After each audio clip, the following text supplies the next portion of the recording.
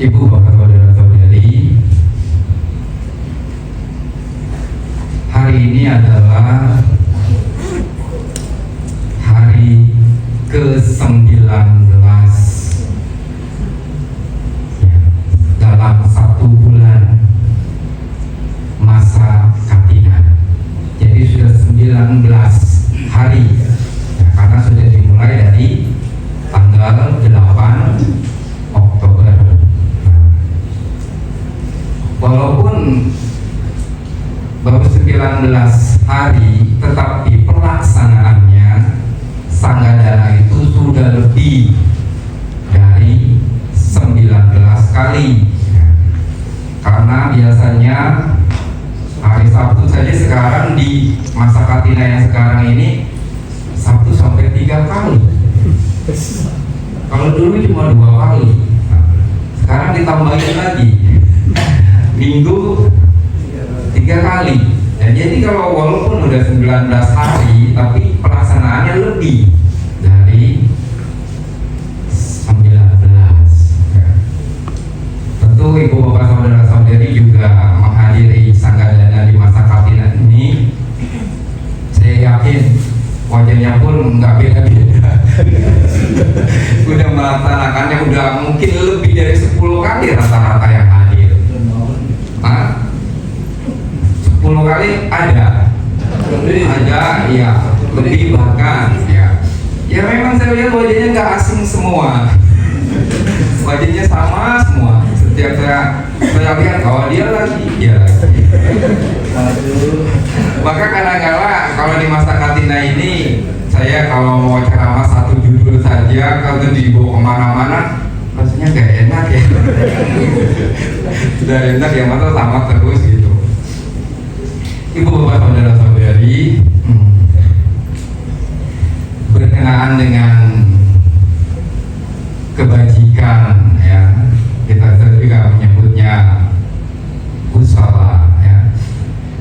Sesungguhnya ya, kebajikan atau perbuatan itu ada 2 ya, akusala dan kusala ya. Akusala itu adalah yang tidak baik, kusala itu yang baik. Nah, apa yang dimaksud dengan perbuatan tidak baik? Perbuatan tidak baik adalah suatu perbuatan yang kalau dilakukan akan mendatangkan penderitaan bagi si pelaku.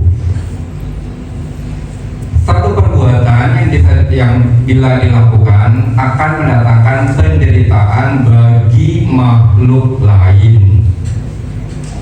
Satu perbuatan yang bila dilakukan akan mendatangkan penderitaan baik bagi si pelaku maupun bagi makhluk lain. Itu pengertian dari perbuatan buruk. Ya. Jadi di sini perbuatan buruk itu bisa jadi ketika seorang melakukannya itu makhluk lain tidak menderita, hanya si pelaku yang menderita. Kok bisa ada perbuatan yang dilakukan tetapi tidak membuat makhluk lain menderita, hanya si pelaku saja yang menderita? Yaitu perbuatan yang belum tercetus melalui ucapan, belum tercetus melalui tubuh, masih di dalam pikiran. Ketika seseorang itu ya dikuasai hal-hal yang buruk, dikuasai pikiran-pikiran buruk, sesungguhnya dia menderita. Contohnya, seseorang itu sedang dikuasai oleh kemarahan yang begitu kuat. Di dalam batinnya ada rasa marah yang sangat berat. Tapi kemarahan ini belum terungkap melalui ucapan, juga melalui tubuh, masih di dalam.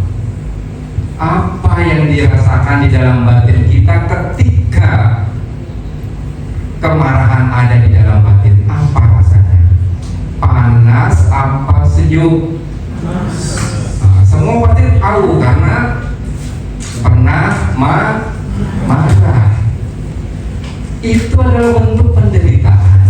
Rasa panas, rasa sebel, rasa kesel, rasa jengkel, itu adalah bentuk penderitaan. Sudah menyerang si pelaku. Makhluk lain atau orang lain yang dia benci, yang belum dia serang dengan ucapan, belum tentu menderita, karena belum tercetus melalui ucapan dan tubuh. Nah itulah, jadi dikatakan perbuatan buruk itu bisa jadi ya mendatangkan penderitaan hanya pada si pelaku saja. Tentu kalau yang mendatangkan penderitaan bagi makhluk lain udah jelas ya kan. Juga ada kalanya perbuatan buruk yang mendatangkan penderitaan dua pihak, yaitu si pelaku dan makhluk lain. Nah, inilah perbuatan buruk atau kejahatan. Lalu apa itu kebajikan? Perbuatan baik, kusala. Ya, perbuatan baik atau kusala adalah satu perbuatan yang bila dilakukan akan mendatangkan kebahagiaan bagi si pelaku. Satu perbuatan yang bila dilakukan akan mendatangkan kebahagiaan bagi makhluk lain. Satu perbuatan yang bila dilakukan akan mendatangkan kebahagiaan baik bagi si pelaku maupun makhluk lain. Nah, jadi ada satu perbuatan yang sesungguhnya kalau dilakukan belum tentu makhluk lainnya itu bahagia. Hanya si pelaku itu saja yang bahagia. Karena biasanya perbuatan baik yang hanya mendatangkan kebahagiaan bagi si pelaku saja, bukan untuk makhluk lain, yaitu sama yang tidak tercetus melalui ucapan maupun melalui tubuh, yaitu masih di dalam batin, di dalam pikiran kita. Apa contohnya? Tadi sudah dibimbing meta bawana itu adalah memunculkan pikiran-pikiran cinta kasih dalam batin kita masing-masing. Ketika itu muncul di dalam batin kita, rasanya damai, sejuk, bahagia. Batin kita terasa ringan, enteng, ya, karena diliputi oleh cinta kasih. Apakah makhluk yang di luar bisa merasakan ini? Belum tentu, ya. Tapi si pelaku itu sudah merasakan sendiri kebahagiaan itu. Ya. Jadi ya, perbuatan baik ini bisa jadi hanya bisa mendatangkan kebahagiaan bagi hanya si pelaku saja. Umumnya orang, ya, kalau orang berbuat baik berarti ada makhluk lain juga bahagia. Ya itu yang sudah tercetus melalui ucapan dan tubuh.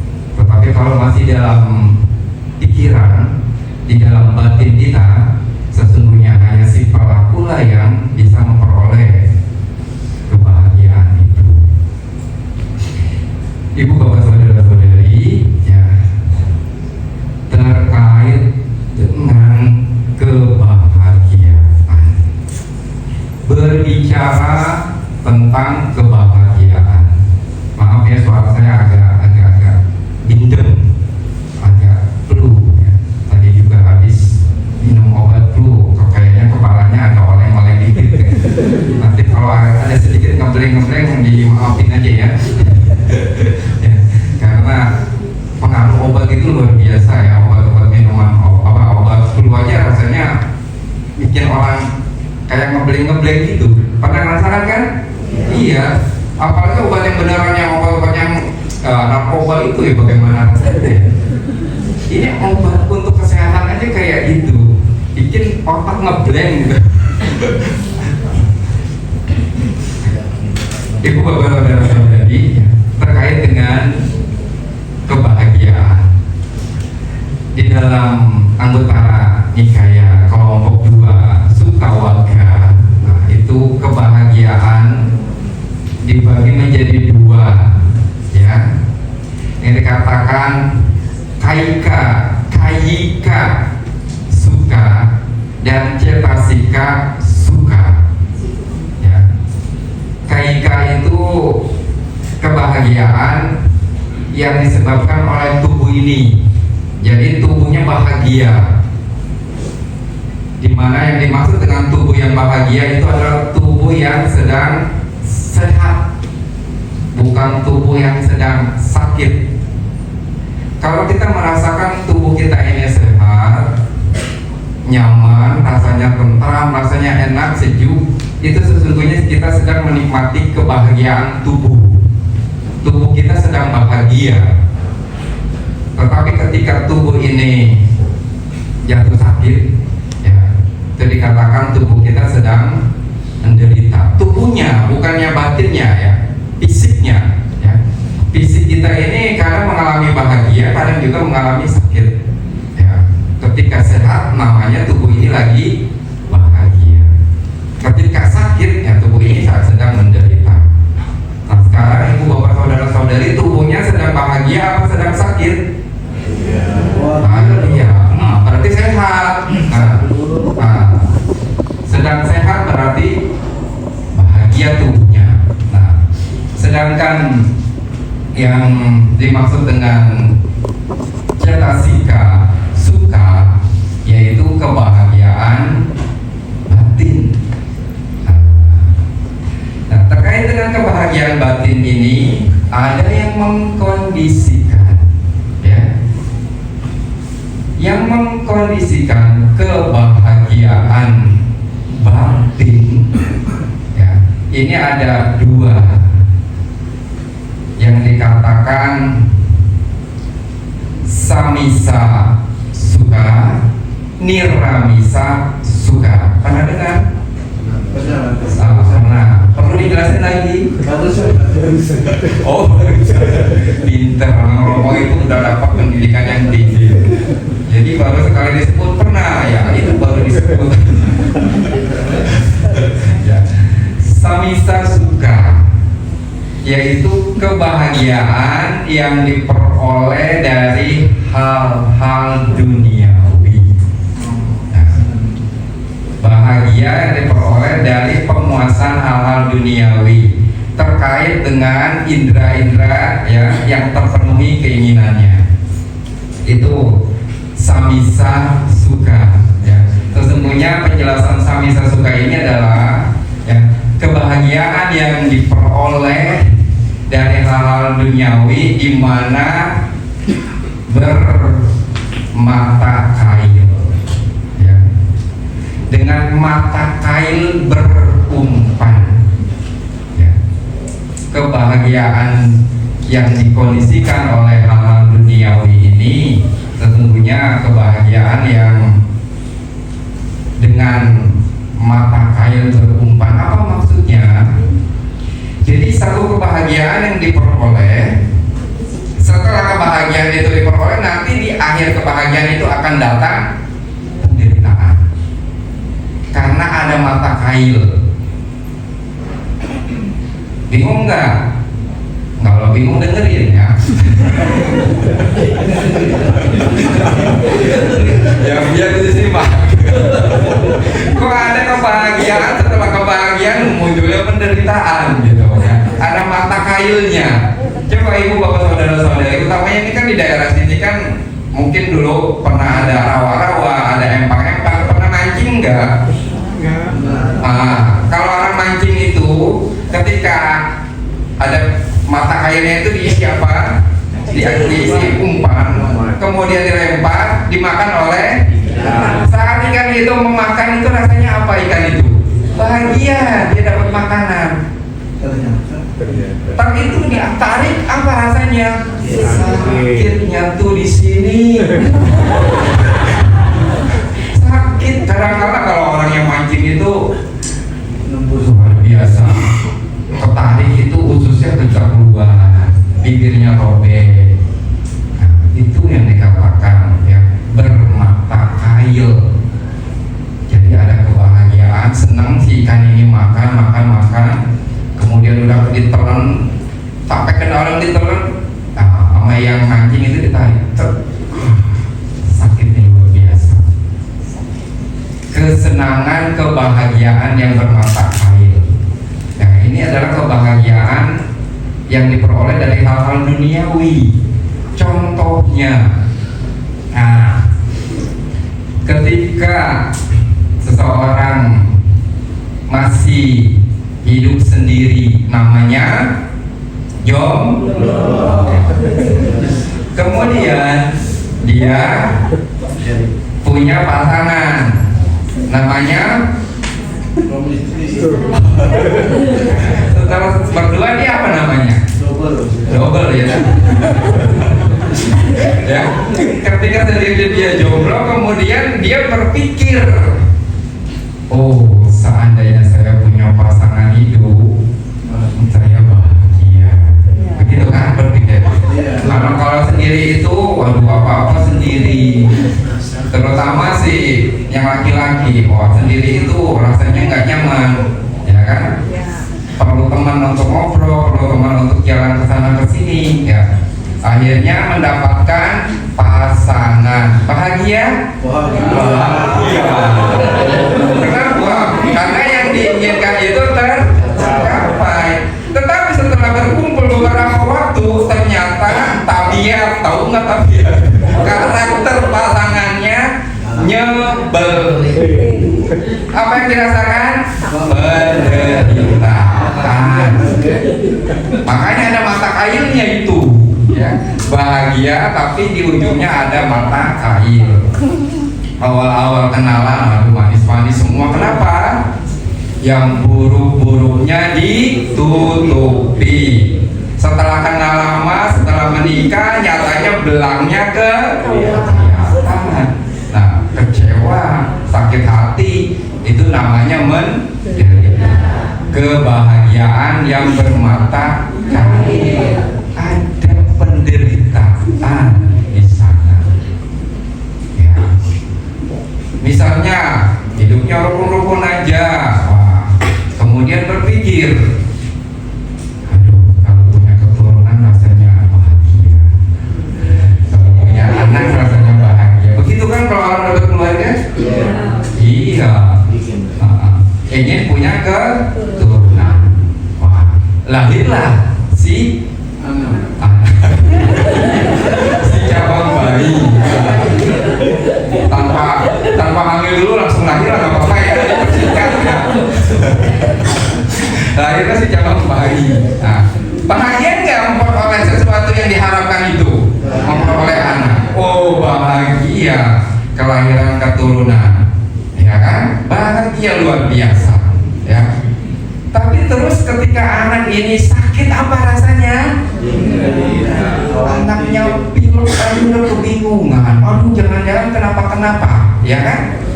Ternyata kebahagiaannya bermata kail, ada kecemasan, ada ketakutan.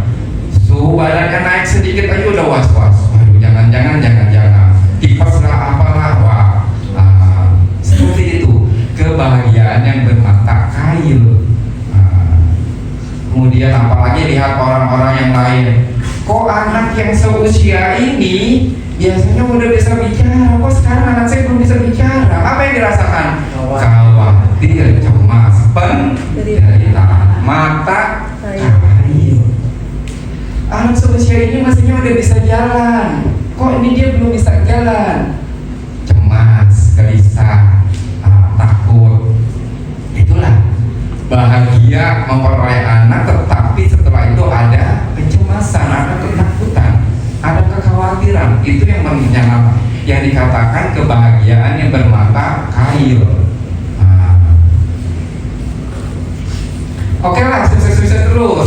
remaja, anaknya masuk sekolah. Kok orang anak seusia dia itu biasanya udah bisa baca, kok ini dia nggak bisa baca ya? Gelisah lagi, cemas lagi. Wah, jangan-jangan dia berasal dari alam yang rendah, masuk ke alam manusia sehingga sekarang pun daya tangkapnya rendah. Stres lagi, ya. Menginjak remaja, pergaulan, jadi pemuda, pergaulan bebas, kecemasan ada lagi di sana, ya. Seperti itulah, ya. Kebahagiaan yang bermata, bahagia tapi terus akan diikuti dengan derita. Begitu juga ketika belum punya mobil, semuanya udah punya mobil kan? Punya lah, walaupun pakai Grab ya punya. Sementara sejam 2 jam kan mau menguasai Grab itu. Ya, disopirin lagi jadi bos duduk aja, nggak sampai tempat. Ketika belum punya mobil, wah ini kalau kemana-mana kehujanan, bawa motor harus siap-siap jas. Wah, langkah bahagianya kalau punya mobil, kemana-mana nggak kepanasan, nggak kehujanan. Kemudian nabung akhirnya kebeli mobil, tapi dengan cara kredit. Awalnya bahagia kan, dapat mobil itu, wah enak, jalan sana jalan sini adem, ada AC. Setiap jatuh tempo pusing, ada kebahagiaan bermata. Awalnya nggak mikirin bensin, nggak mikirin servis, nggak mikirin bayar pajak mobil. Ini setiap tahun harus bayar pajak. Bermata kail tidak itu? Kebahagiaan bermata kail itu namanya. Ada penderitaan menyusul setelah kebahagiaan itu diperoleh. Inilah, ya, dikatakan kebahagiaan yang diperoleh dari hal-hal duniawi itu adalah dengan umpan bermata kail. Setelah kebahagiaan itu diraih, selanjutnya penderitaan akan menyusul. Nah, ada kebahagiaan yang kedua, ya, niramisa suka. Kebahagiaan yang diperoleh dari hal-hal spiritual, ya, bukan dari hal-hal duniawi. Yang dikatakan kebahagiaan tanpa mata kail berumpan. Jadi kebahagiaan itu enggak diikuti dengan penderitaan, ya. Apa? Yaitu melakukan hal-hal yang spiritual, keagamaan. Tahap yang awal, ketika ibu bapak saudara-saudari mempraktekkan ajaran Sang Buddha yang paling dasar, yaitu, ya, misalnya ibadah itu pakai dana enggak? Datang ke wihara punya bakti pakai dana enggak? Pakai, berarti ongkos. Ya itu mah harus ada. Maksudnya masuk ke wihara itu enggak bayar kan? Ketika puja bakti, baca parita, puja, ya, di arca Buddha, dilakukan dengan kesungguhan hati, itu akan memunculkan kebahagiaan. Bahagia, rasanya nyaman, damai. Kalau puja baktinya dilakukan dengan kesungguhan hati, itu juga kebahagiaan. Bahkan ini kebahagiaan lebih tinggi daripada kebahagiaan yang duniawi tadi. Hal-hal yang diperoleh dari keduniawian tadi, hal-hal yang diperoleh dari kesenangan indera. Nah, inilah, ya, kebahagiaan yang tanpa mata kail. Juga praktek dana. Kalau orang yang berdana dengan ketulusan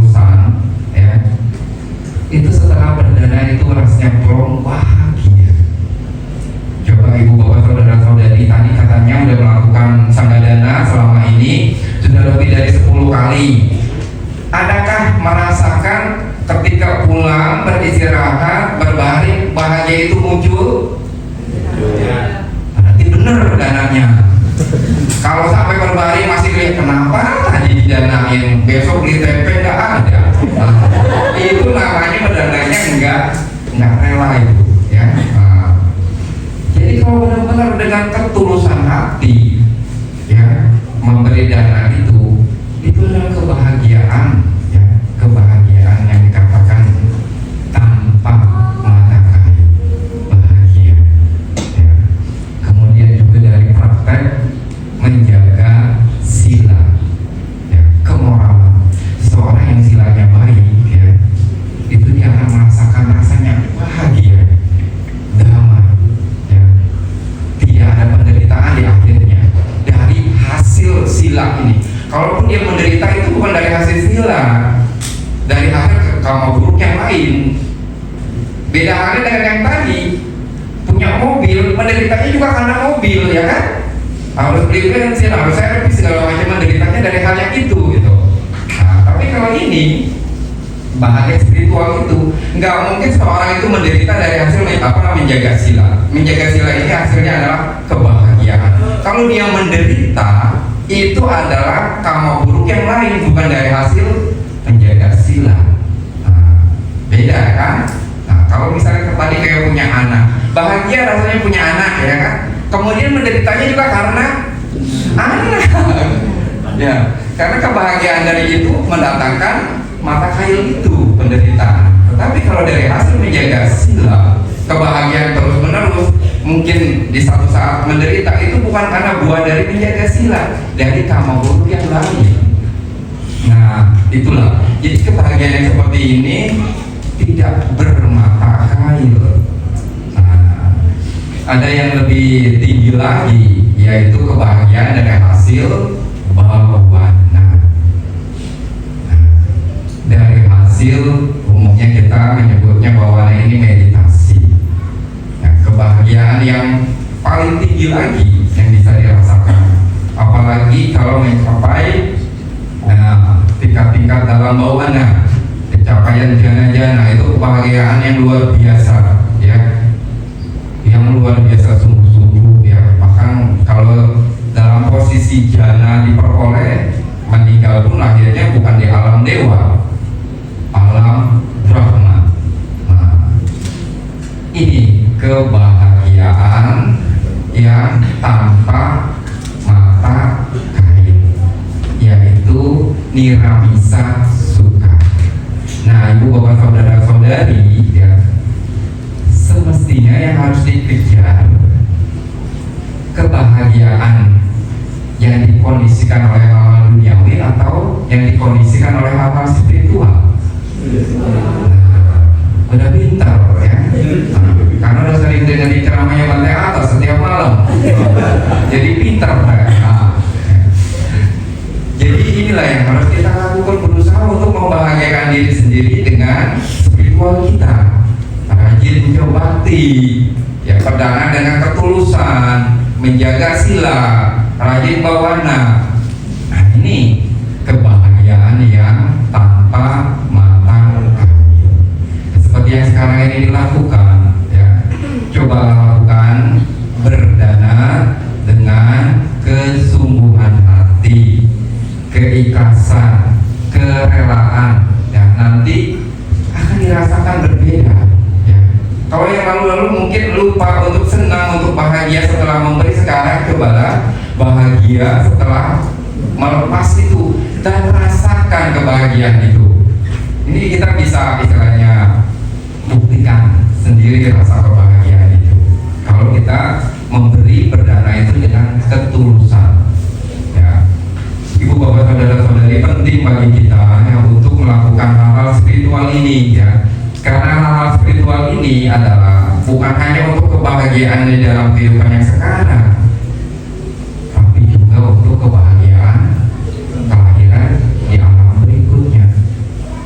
Kita ini sebagai makhluk-makhluk, ya, sebelum mencapai kesucian masih terus mengembara kelahiran, kematian, kelahiran,